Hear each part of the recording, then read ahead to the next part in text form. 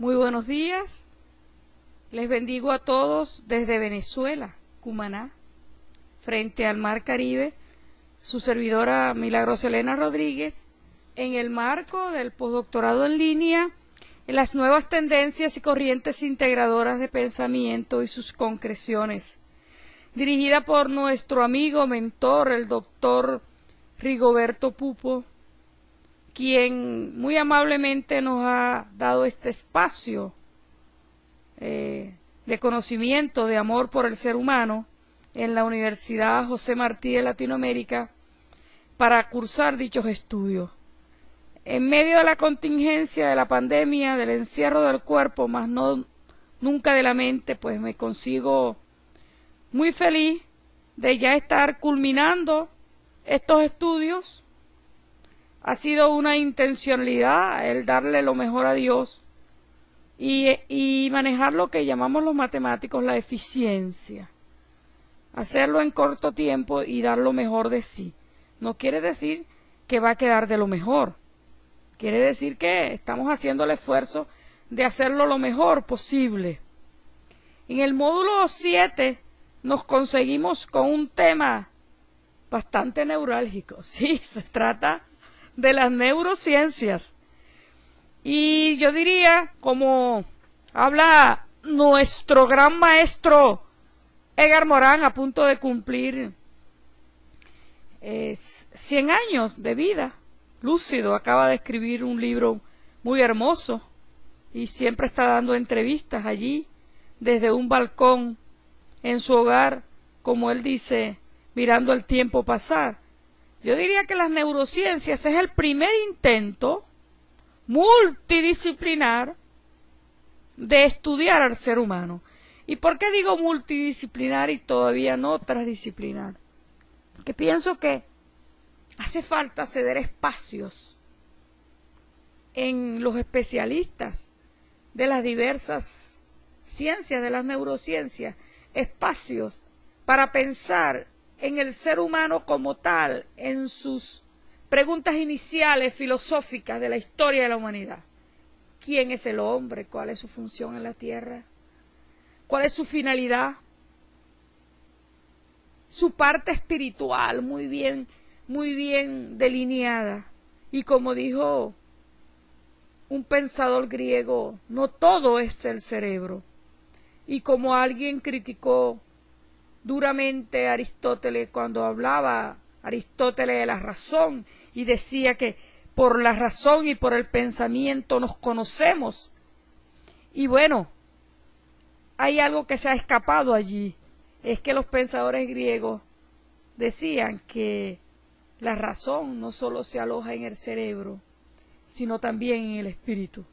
Y yo diría que el cerebro es lo que es y es lo inconmensurable y lo desconocido, porque tiene allí alojada el alma y está allí el espíritu.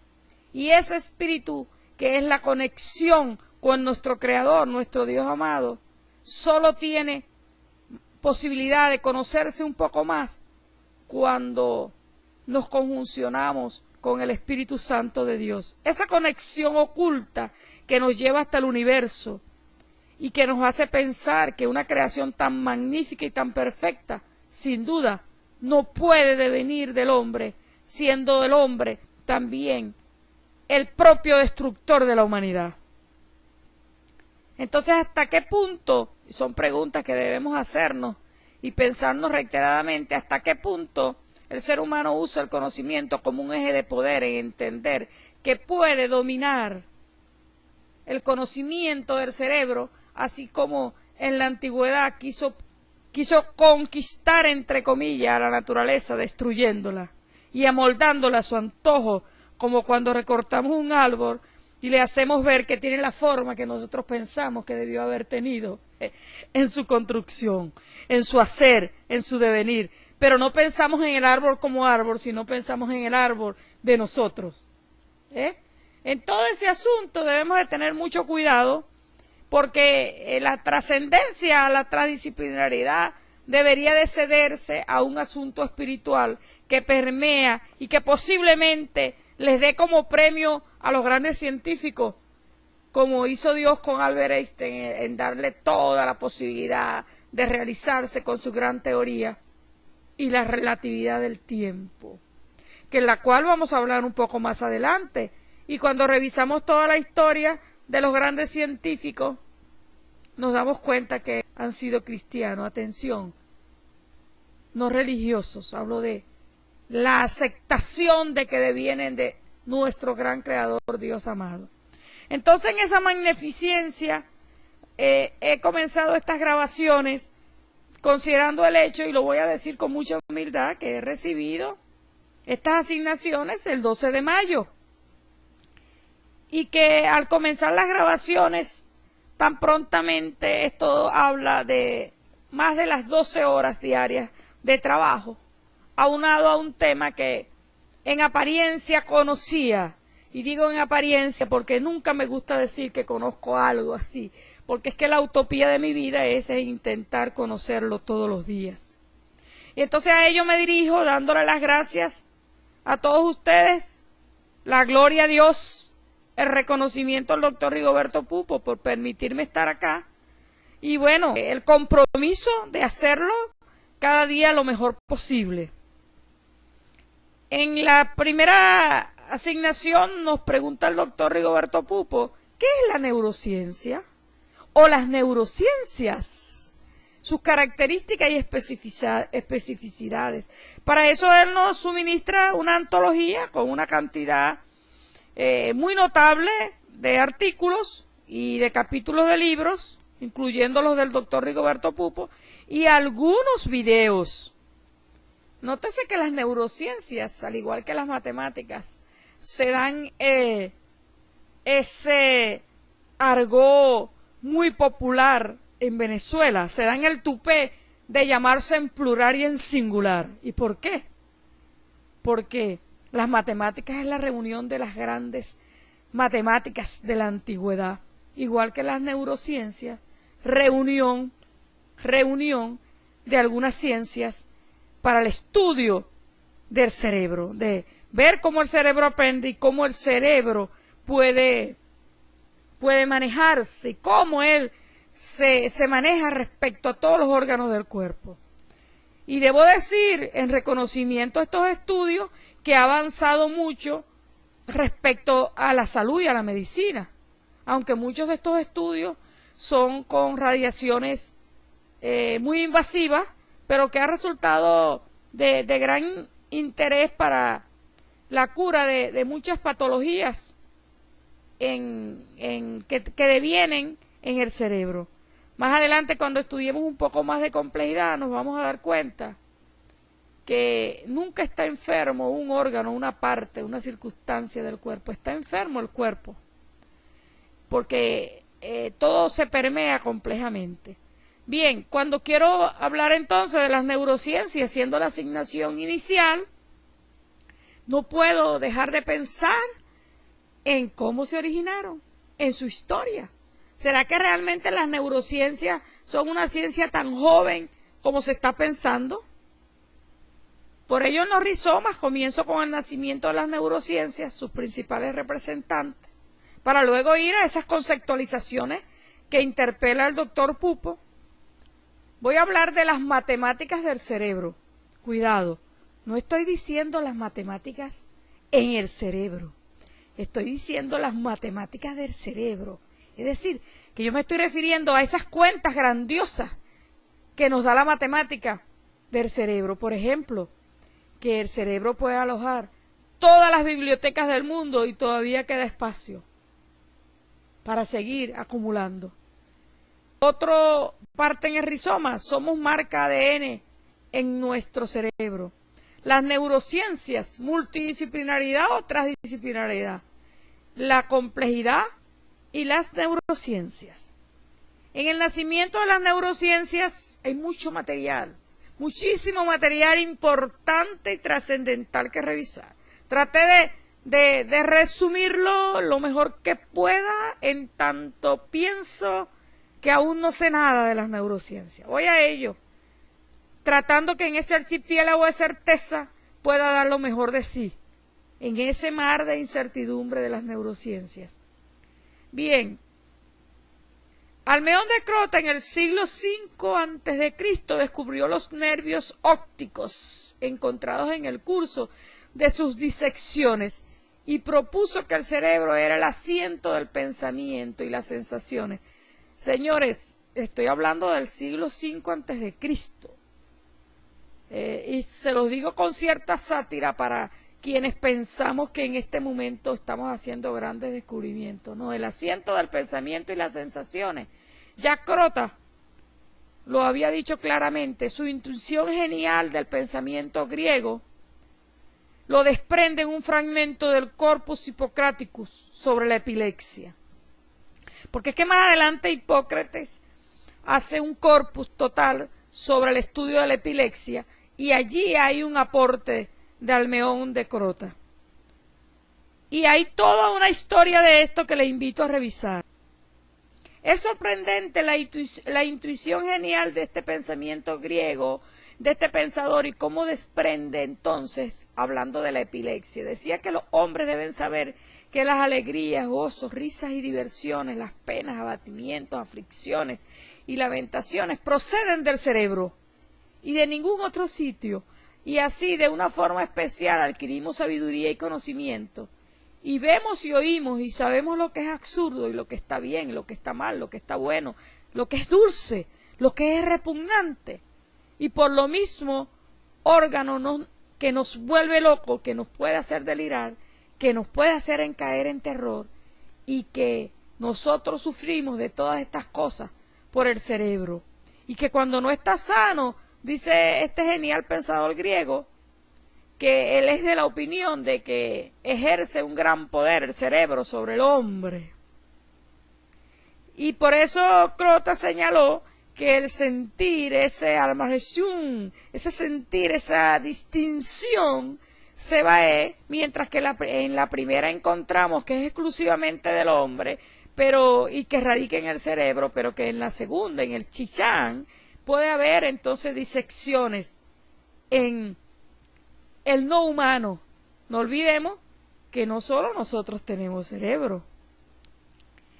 Continúa diciendo Almeón que más adelante, en sus escritos que él aporta para Hipócrates, estoy hablando de 460 a 377 años antes de Cristo, recordemos la cuenta aritmética, acercándose al cero y se van haciendo cada vez más grandes en la izquierda del cero.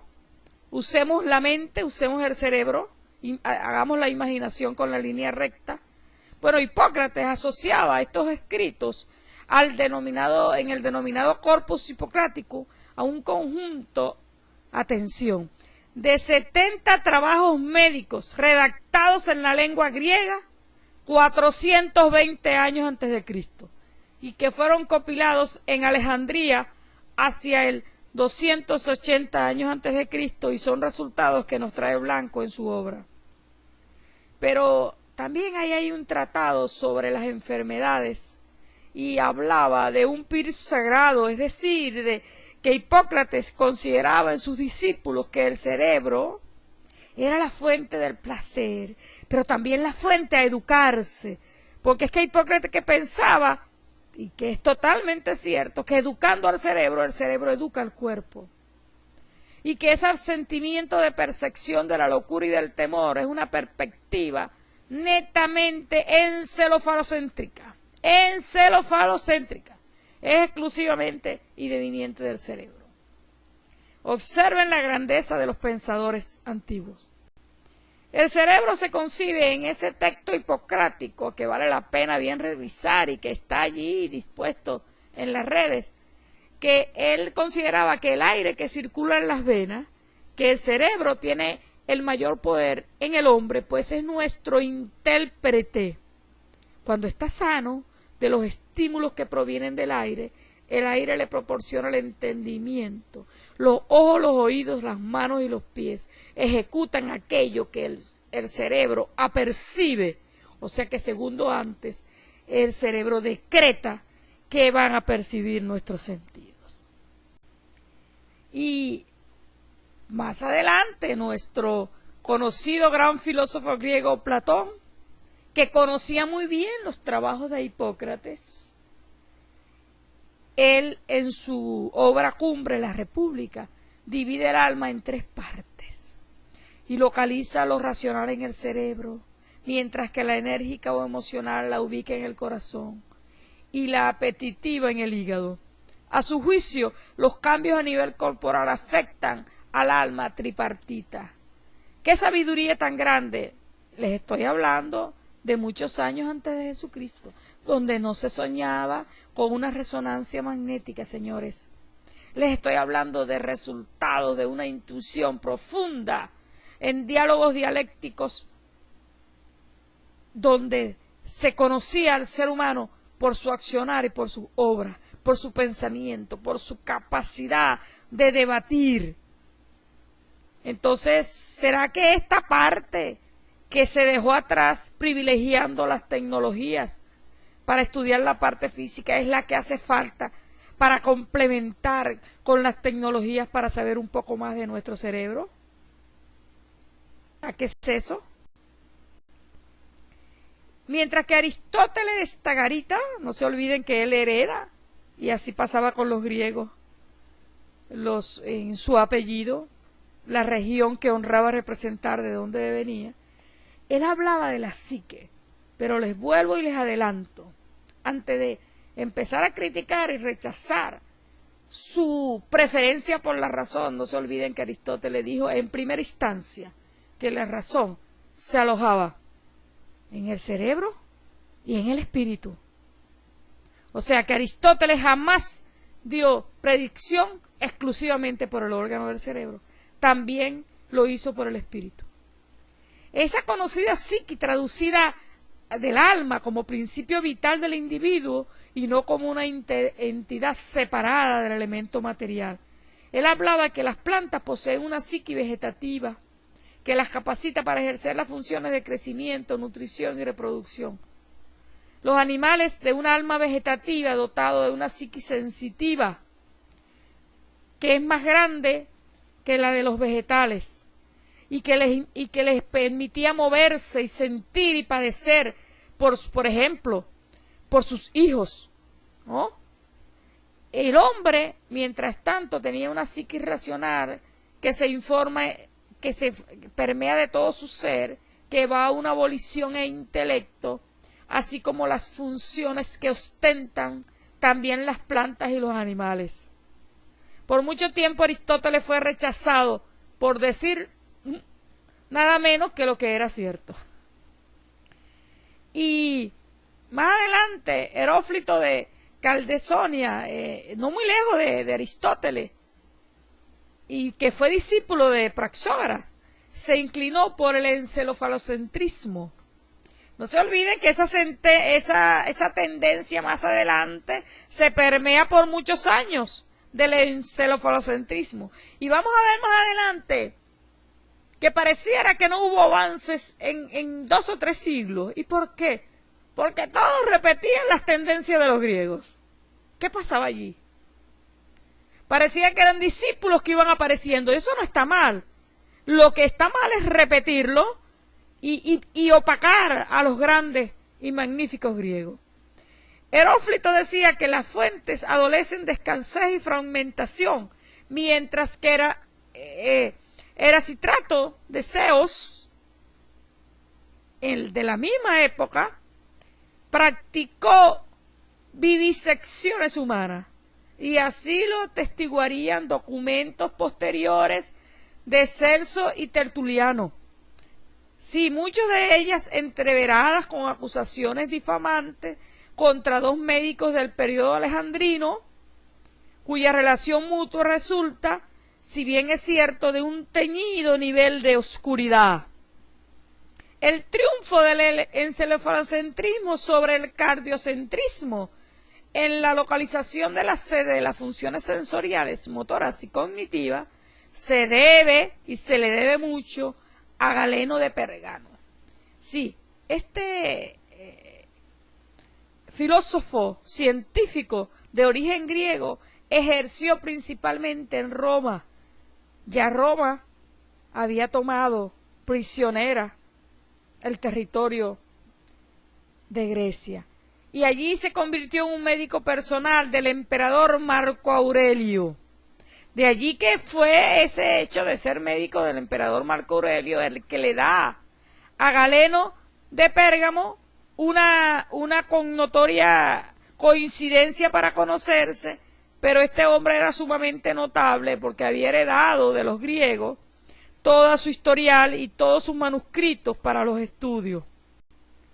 El nacimiento, y estoy dando un salto cuántico del tiempo, porque es posible ahora, porque el tiempo es relativo, gracias al descubrimiento de Albert Einstein. Y ahora me voy a 1543, con el nacimiento de la anatomía moderna, y no estoy muy de acuerdo con todos estos términos. Si hay una moderna, la otra no es moderna. Es que la antigua tenía menos mérito. Tenemos que tener mucho cuidado con las revisiones en la historia, darle preeminencia, ocultando lo otro.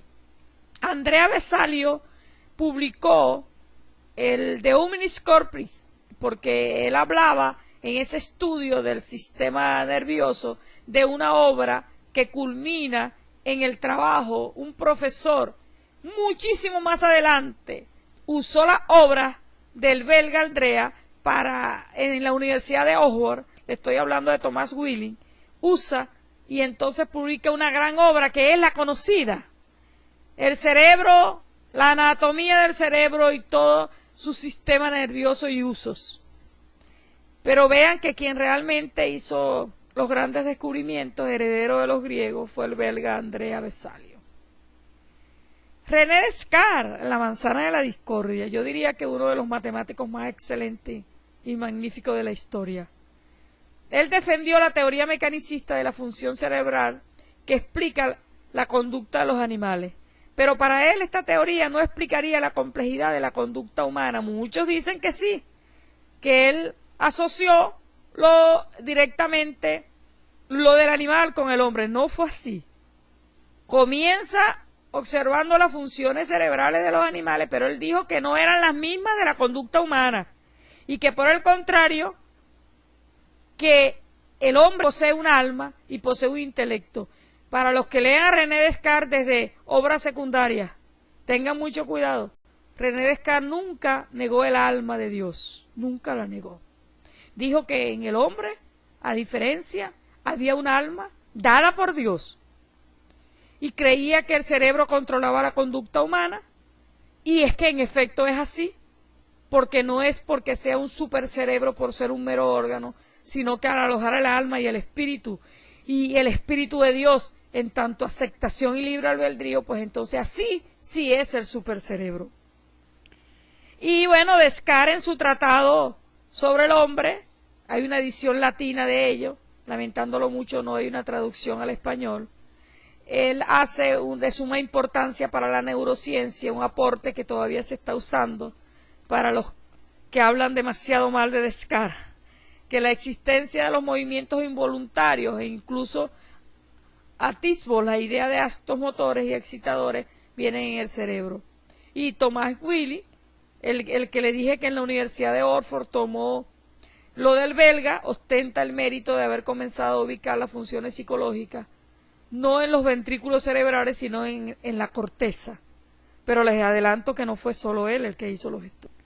Y bueno, después nos conseguimos con el descubrimiento de la actividad eléctrica de los animales, que se le traduce al hombre, y que Alois Soluina Galvani, con la inestimada ayuda de su mujer Lucía, nótese el machismo intelectual, nadie da el nombre completo de Lucía, lo estuve buscando y no lo consigo, pero el de su marido aparece completo. Fue realmente la ayuda inestimable de Lucía que hizo que en ese siglo XVII se demostraran con instrumentos y experimentos con ratas que el músculo excitable vivo y las células nerviosas producen electricidad. Y Galvani, existían tres hipótesis principales sobre el funcionamiento de los nervios. La primera remitía a la idea tradicional, mantenida, entre otros por Descartes, de los espíritus animales que proceden del encéfalo y que atraviesan los nervios para transmitir las órdenes de los demás órganos. Una segunda propuesta de Galvani postulaba que los nervios secretaban unos fluidos capaces de activar los músculos, pero una tercera atribuía la transmisión de la información a las vibraciones de los nervios. Y a su exponente más ilustre, que fue más adelante Sir Isaac Newton, el hombre que le fue negado su proyecto de las leyes y se le dijo en su proyecto doctoral que no tenía valía. 6 meses después, los mismos que lo negaron al descubrimiento de sus leyes y sus innumerables premios avisoraban que ellos ya se habían dado cuenta de la gran inteligencia de Isaac Newton. Soberana hipocresía que se baraja también a altos niveles intelectuales. La neuroquímica, que se remonta en realidad al trabajo de Johann Thomas Henze, para el año 1719, en una monografía en que se mostraba aislando el fósforo de la sustancia cerebral, trajo grandes resultados y aportes a la neurociencia. Una correcta distinción entre sensación y reflejo por Maxwell en los años 700 nos trae en la Royal del 1833 una gran obra que Blanco trae a colación en su historia de las neurociencias. Un año más tarde, Hall postuló la existencia de un centro reflejo en la médula espinal que operaría de modo distinto a los procesos sensoriales y motores, ajeno a la mediación del cerebro. Los grandes descubrimientos del siglo XIX relativos a la localización de la función cerebral en la corteza y a la no equivalencia funcional de las distintas áreas del cerebro fue Pierre-Paul Broca. Más adelante vamos a recordar este gran apellido, Broca, el área de Broca que vamos a estudiar en las asignaciones que vienen, y Carl Wignerz.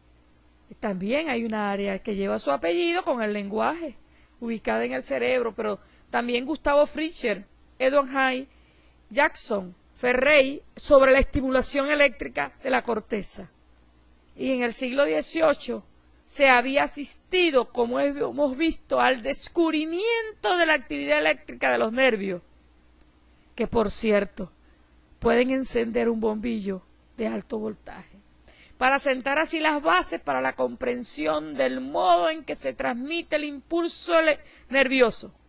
Y eso tendió a considerar la corteza cerebral como una mera corteza que recurría al cerebro, carente de cualquier atributo funcional. Más adelante vemos que estas ideas estaban profundamente erradas.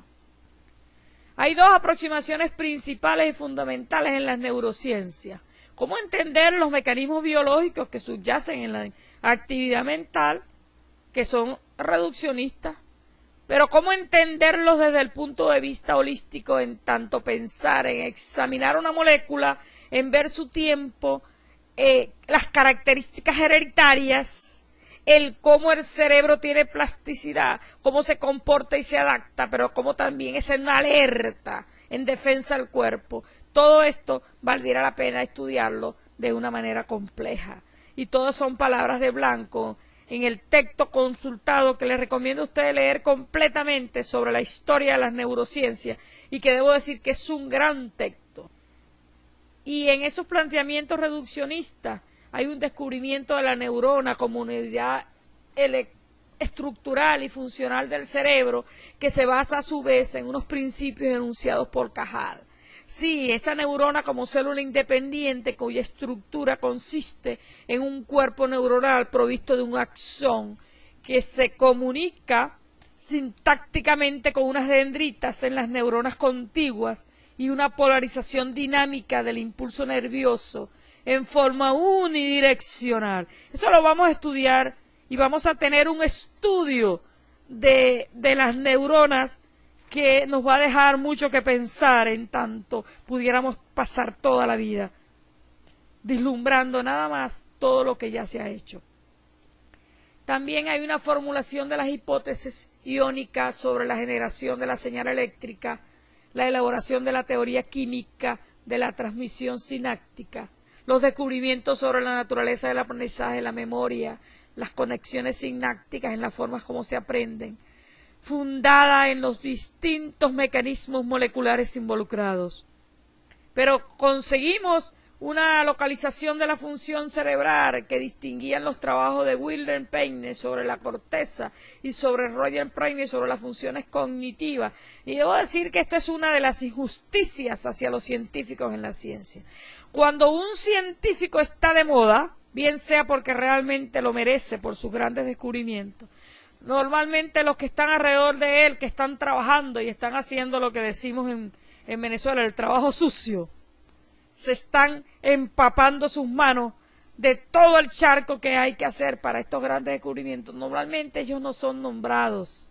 Injustamente, estos que producen la gran orquesta musical no son nombrados. Y eso pasó con la psicología de la Gestalt y su carácter unitario de lo percibido como una totalidad no reducible a la suma de las partes, y que ya la teoría de la Gestalt venía clamando por una teoría de la complejidad.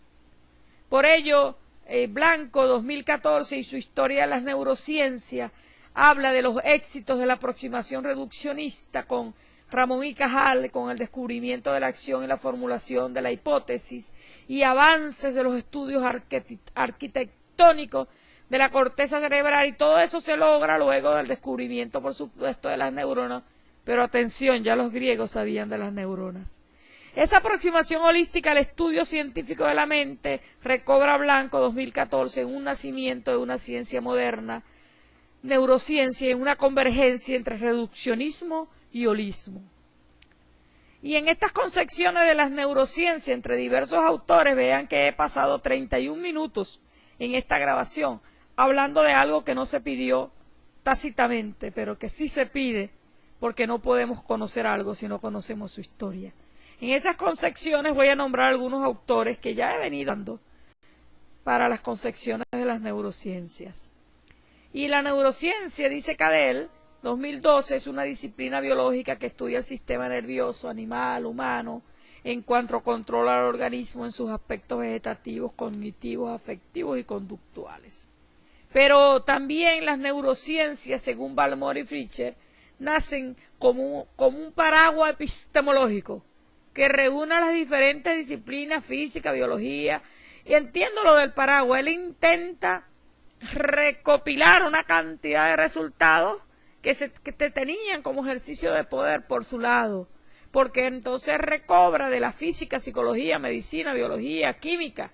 Y yo diría que toda ciencia que se digne de estudiar algo que se refiere al hombre va a tener que pertenecer a las neurociencias de forma transdisciplinar, porque va a tener que ver con algo de estructuras, de funciones, que si aceptamos la complejidad de la vida, entenderemos que todo está relacionado. Entonces se establece el autor Blackmore que se puede establecer un correlato neurobiológico de los comportamientos y funciones cognitivos, desarrollando nuevas formas de comprender la mente. Y ahí es donde yo digo que hay que volver a los griegos y observar mucho el comportamiento y la exploración metacognitiva del cerebro para descentrarse un poco de la parte física y irse a la parte que no se ve en el cerebro.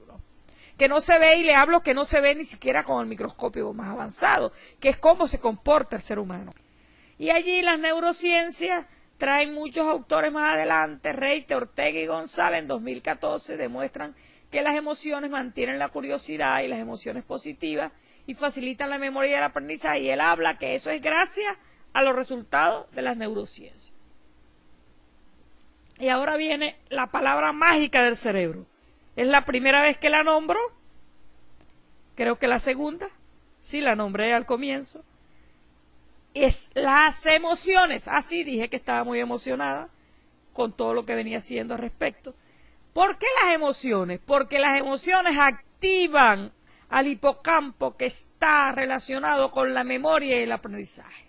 Y es Leudó en 1998 quien le comienza a dar una gran responsabilidad en las llamadas neurociencias modernas a las emociones, porque ya los griegos lo habían dado. Y hablaba, y Pitágoras lo hablaba muy bien sobre el sentido de las emociones y mantener a una persona motivada por las matemáticas. Pero es Leudó quien recorre todo esto y lo viene a una mediación entre hipocampo y amígdala. y logrando que se vuelva a desembocar todos estos resultados. Y unos grandes autores como Eric Kipling, Goldberg, Fischer, Walter, 2003, han traído a colación todos estos estudios. Y la neurociencia, dice Duque Parra, es una definición un poquito nueva para mí, y tiene su cierto grado de complejidad. Es que se dice que se diferencia de otras ciencias cognitivas porque puede enunciar de manera más inequívoca sus interrogantes. Ve que no dice sin equivocación, dice que con menos equivocación, porque es que ella reúne todas las ciencias para construir puentes explicativos en el nivel, ¿cuál? El neuroquímico, el neuronal y el macroscopio.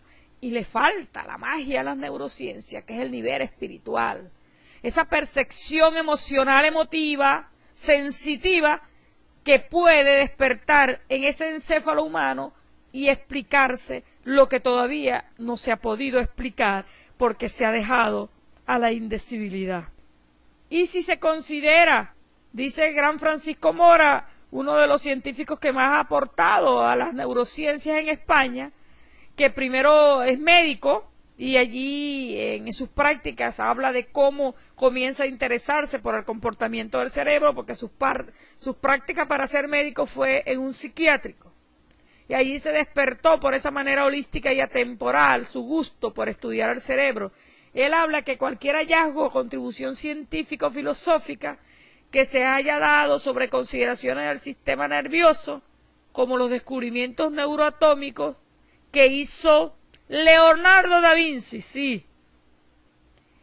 El gran Leonardo da Vinci hace unos 500 años había alcanzado conocimientos científicos precisos del cerebro, muy precisos. Por cierto, fue ocultado por algunos tiempos los resultados que Leonardo da Vinci tenía sobre el cerebro. ¿A qué se le temía? A lo que se ocultaba, que ya era evidente en el gran Leonardo da Vinci. Entonces, ese objetivo de la neurociencia, dice Guillermina Pisano Chávez, que está integrado como un sistema nervioso que tiene a la neurofisiología, neuroquímica, neuroanatomía, neuropsicología, a la biología física y química, pero también a una neurociencia cognitiva. Para dentro del mal llamado cognitivo moderno, hay entonces un estudio del cerebro con soportes de desarrollo verdaderos. Y es entonces que ahora les traigo en el rizoma las matemáticas del cerebro, es decir, unas cuentas aritméticas hermosas que nos hablan del gran potencial que Dios ha creado, donde aloja alma y espíritu y que podemos entonces visionar. Son apenas unas pocas cuentas de la grandiosidad que Dios nos conecta a través del cerebro. Y es que el cerebro es uno de los órganos más complejos del cuerpo humano y que su sistema nervioso central pesa poco menos que 1,5 kilos, representando apenas un 2% del peso corporal, y recibe aproximadamente un 25% de la sangre total que bombea el motor de nuestro organismo y del corazón. Pese a que pesa el 2% de nuestro cuerpo aproximadamente, necesita un 4%, necesita una cuarta parte de la sangre total. Y se cataloga el cerebro erróneamente como un músculo, pero más adelante vamos a ver en los estudios por qué se aseveraba con el músculo. Y es que era una analogía. Mientras más se ejercite, más se desarrolla y más tiene para dar, como el amor, que no muere, sino que se sigue permutando. Y allí hay millones de neuronas interconectadas mediante axones y dendritas que permiten regular todas y cada una de las funciones.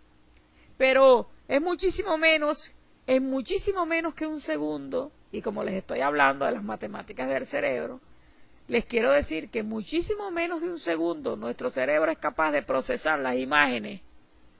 Así, un estudio reciente llevado a cabo por los científicos del Instituto Tecnológico de Massachusetts han comprobado que el cerebro humano es capaz de procesar imágenes completas en tan solo 13 milésimas de segundo. En el Centro de Imágenes Biomédicas del mismo Instituto de Massachusetts, un ingeniero lleva puesto un casco con sensores para la realización de una exploración cerebral, se está observando a sí mismo, en un submarino nuclear con antenas que captan las señales del campo, con moléculas de agua del cerebro que ordenan los datos de un mapa, como se muestra en esa imagen. Son resultados de la National Geographic que cada una de las páginas web que estoy usando las estoy colocando aquí en las láminas, respetando el derecho de autor. Mientras extirpaba parte del tumor, y es una imagen bastante fuerte, Fortín aplicaba una corriente a la región para determinar si las neuronas adyacentes tenían una participación crítica en el movimiento. Y este paciente observaba gran parte de su función motora.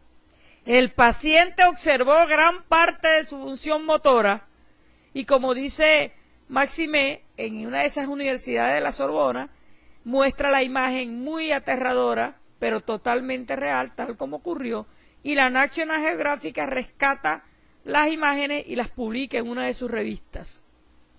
Las diversas regiones del cerebro están conectadas. Atención con el número que les voy a dar. Las diversas regiones del cerebro están conectadas por unos 160.000 kilómetros de fibras, una longitud equivalente, atención para nosotros que nos gusta viajar, una longitud equivalente a 4 veces la circunferencia de la Tierra, que constituye la denominada sustancia blanca. Todavía siguen pensando los ateos que se crearon a sí mismos. Imágenes como estas son mostradas en el Instituto Biomédico en Massachusetts, donde se colorean como rosados y anaranjadas porque transmiten una importancia crítica en el aspecto del lenguaje. Si quieren viajar entonces 4 veces la circunferencia de la Tierra, entonces bueno, podemos viajar a través de nuestro cerebro. Las nuevas tecnologías permiten a los científicos desentrañar la estructura oculta del cerebro. Un detalle de alta resolución de la imagen revela fibras de una sustancia blanca dispuestas en una misteriosa estructura reticulada, como los paralelos y meridianos de un mapa. No debemos nosotros sorprendernos mucho si aceptáramos que estamos conectados y que como es arriba es abajo y que como es en nosotros también es en los animales. Quienes han comido las sustancias del cerebro de, por ejemplo, una vaca o de un cochino, pueden avisorar todas esas sustancias blancas que están presentes. Y los expertos en neurociencia computacional, la revista muy interesante nos los dice, que han calculado que la capacidad máxima de almacenamiento de la información de nuestro órgano pensante, atención con el número, oscilaría entre 10 y 100 terabytes. No olvidemos que un terabyte equivale a 1000 gigabytes. Aunque algunos llevan la cifra de 2,5 petabytes, es decir, 2,5 millones de gigabytes, lo que permitiría conservar 3 millones de horas de video. Atención, 3 millones de horas de video. ¿Todavía van a seguir pensando que no lo recuerdan? ¿No recuerdan ese dato? Entonces el cerebro es como un músculo. Habrá que entrenarlo, habrá que descubrirlo, habrá que motivarlo, habrá que emocionarlo. Habrá que ver cuáles son sus gustos y también su rechazo, su alerta. Y el sistema neuronal, porque como estoy en las matemáticas del cerebro, el sistema neuronal puede alcanzar una extensión superior a 150.000 kilómetros.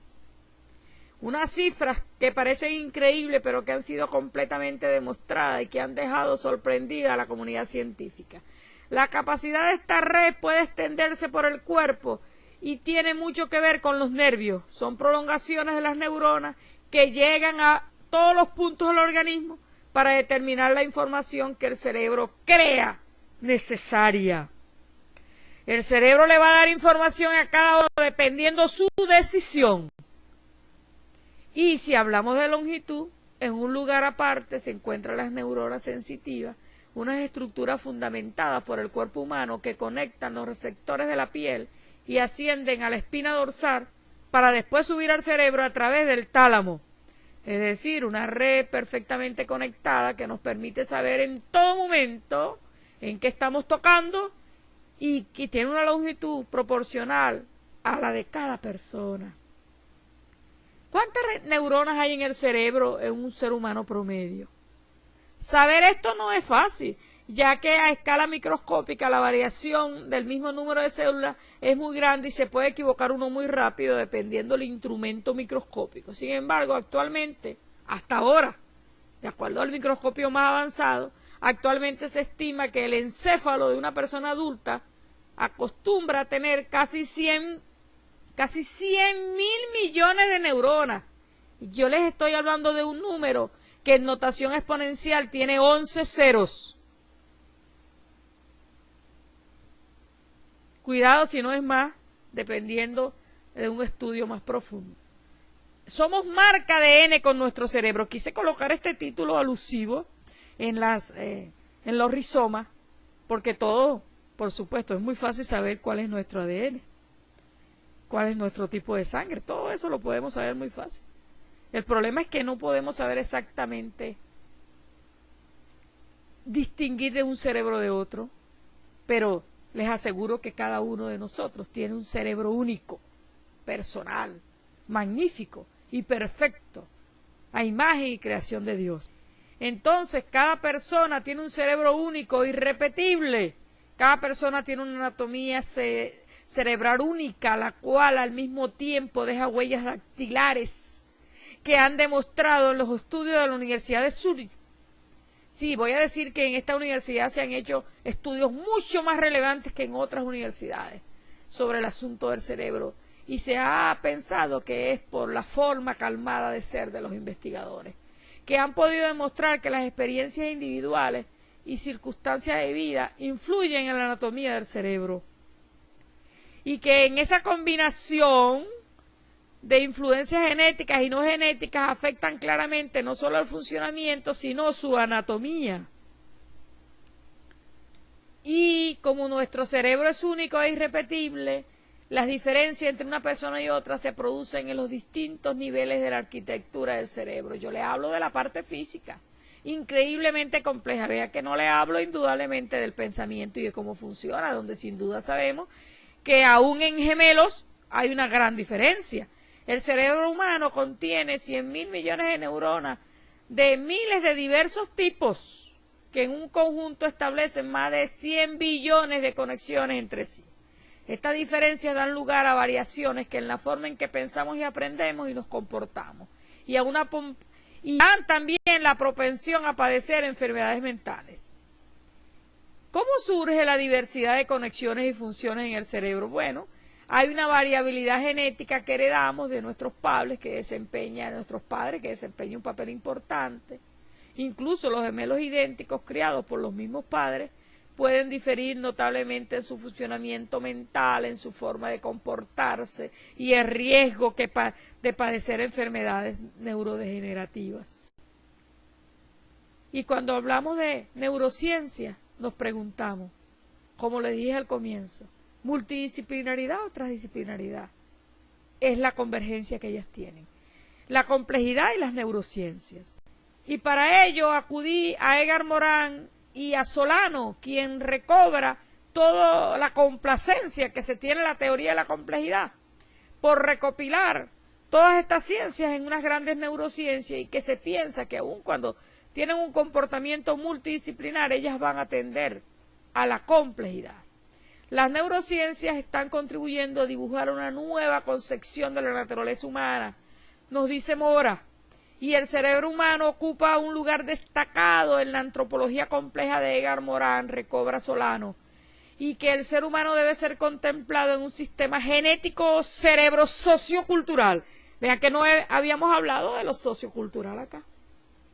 Y nos preguntamos, si nacen dos gemelos idénticos y uno se va a Alemania y el otro se queda en Cumaná, ¿ustedes creen que eso asentaría más la diferencia y la forma de comportarse, ser y desarrollar su cerebro? Por supuesto que sí. En esos elementos hay en la sociedad y en el individuo debe ser explicado en un policentrismo genético, social, cultural, que debe ser convergido a un individuo, sociedad y especie, esa tríada moliniana que Solano trae a colación, esas interrelaciones complejas existentes entre 4 sistemas principales, el genético, ese código genético, ese genotipo, el cerebro, ese epicentro fenotípico, el sistema sociocultural, ese concebido por un sistema fenoménico generativo, y el ecosistema en su carácter general y en global del medio ambiente. Y para el espiritualismo, el espíritu posee una entidad inmaterial propia, es algo diferente del cerebro, y a lo que el cerebro está subordinado. Al fin, señores grandes científicos, les ha faltado un pequeño detalle, que el cerebro no es lo máximo del ser humano. El cerebro está subordinado y ordenado por el espíritu. Lo material está en el cerebro, pero el espíritu, que es inmaterial, que está formado de energía, que Albert Einstein dijo que no muere, le ordena al cerebro. Y por supuesto el Espíritu Santo al espíritu. Pero, ¿será que ustedes quieren subir por lo menos a esa escalera del espíritu? ¿O es que el no percibir algo y el no verlo les hace pensar que no existe? Tras los descubrimientos de la neurociencia, el espiritualismo se ve obligado a reconocer la vinculación del espíritu con el cerebro y desemboca en un dualismo interaccionista. Y yo diría que se ha puesto muy interesante esta discusión en este nivel. Y lo dice Burlen-Eklund, en virtud de que si bien el cerebro no produce el espíritu, cuidado, el cerebro no produce el espíritu es el que subordina y ordena al cerebro. Este interactúa sus operaciones en interacción o cooperación con el cerebro. Y allí pues hay entonces el libre albedrío, pues, ¿no? El de no subordinar nuestro espíritu al Espíritu Santo. Pero el cerebro no puede decidir no subordinarse a su propio espíritu. Y Morin defiende la existencia de una unidualidad compleja entre cerebro y espíritu, lo que significa a la vez que hemos visto que ocurre en toda unidualidad la ineliminabilidad de los términos y la insuficiencia en los estudios que traen profundas contradicciones. Por ello, contactamos como el espíritu, que depende de manera irrecusable del cerebro, y se prueba con el hecho de que las actividades espirituales pueden ser modificadas, suspendidas, mediante actuaciones eléctricas, anatómicas o químicas sobre el cerebro, pero jamás sobre el Espíritu Santo, porque es de nuestro amado Dios quien es el único que lo subordina. Y allí el espíritu cerebro no puede aislarse de la cultura, que está indispensablemente unido a la emergencia del espíritu en pleno desarrollo del cerebro. Las neurociencias permiten hoy la manipulación, estas son palabras de Morán, la manipulación del cerebro, y de este modo el Estado y la sociedad pueden retroactuar sobre la bioquímica del cerebro. Cerebro, espíritu y cultura son interdependientes, coexisten y se producen entre sí, por lo que hay entonces que edificar ahora un macroconcepto de esa triple entrada, a la cual ya Morán venía avisorando sabiamente que es necesario y urgente la creación de la ciencia noología en las instituciones educativas, el estudio del espíritu.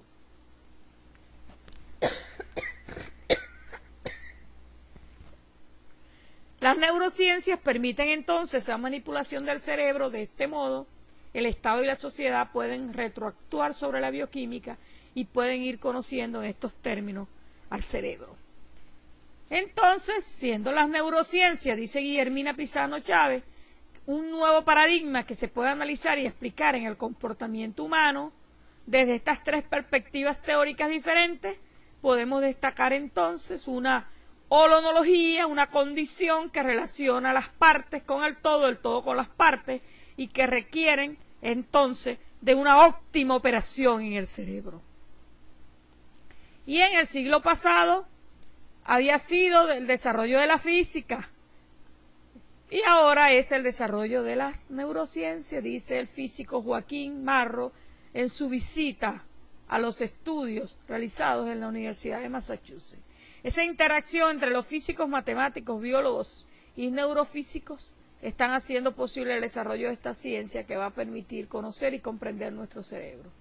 Y para llegar allí ha sido fundamental la aplicación de la complejidad fuera de la física en otras ramas de la ciencia, como la biología, como las ciencias económicas, pero también el gran avance magnífico, maravilloso y perfecto del Dios matemático, la matemática, inmiscuida en cada uno de los cálculos con una tecnología de avanzada aplicabilidad. Y el paradigma de la complejidad se opone a la pretendida objetividad, pues entiende que la realidad es una construcción e interpretación, donde clama por el estudio de la parte espiritual a la cual está subordinado el cerebro, y que en la psicología genética y cognitiva de la modernidad ha sido execrado, y que se clama entonces ahora por ese estudio que nos permita, desde la exploración de la inteligencia espiritual, y saber cómo una persona puede sentirse feliz pese a lo que sea, cómo puede abstraerse en ese momento de ello. Habrá que ir a la subordinación del cerebro. Y he culminado sin culminar. Siento que estoy comenzando, como en efecto no solo lo es por la parte tácita de ser la asignación 1, sino que siento que no sé nada, porque tuve que discernir y recortar muchísimo la información para llegar a esta casi hora de grabación.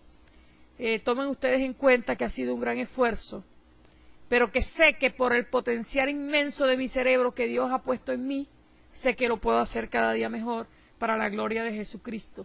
Tienen ustedes aquí todas las referencias y he revisado desde el comienzo con la historia hasta llegar a Edgar Morin, Francisco Mora y Luengo, que ha colaborado muchísimo en estas asignaciones.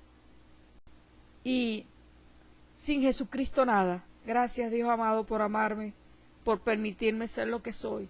Y a ti, Jesucristo, que viniste a morir por nosotros, dedico todo lo que hago. Eres mi más grande ejemplo de perseverancia.